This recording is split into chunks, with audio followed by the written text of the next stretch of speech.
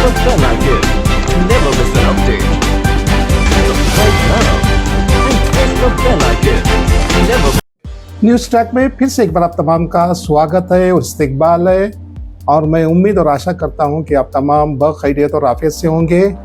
जिस घड़ी का इंतज़ार पूरी दुनिया कर रही थी और सबसे ज़्यादा इंतज़ार और सब्र फ़लस्तीन के गाज़ा के शहरी कर रहे थे, आखिरकार वो खुशी का दिन आ ही गया और वो खुशी की घड़ी आ ही गई और इंतज़ार अब ख़त्म हो गया। तो 2 साल से फ़लस्तीन के गाज़ा इलाके में जो खून रेज़ी का खेल खेला जा रहा था, जहाँ पे नस्ल कशी का इंतज़ाम पूरी तरह से किया गया था और इसराइल के हुक्मरान ने यहाँ तक कह दिया था हर फ़लस्तीनी को यहाँ से निकाल देंगे, यहाँ से बाहर कर देंगे और पूरी तरह से हम फ़लस्तीन पे कब्ज़ा कर लेंगे।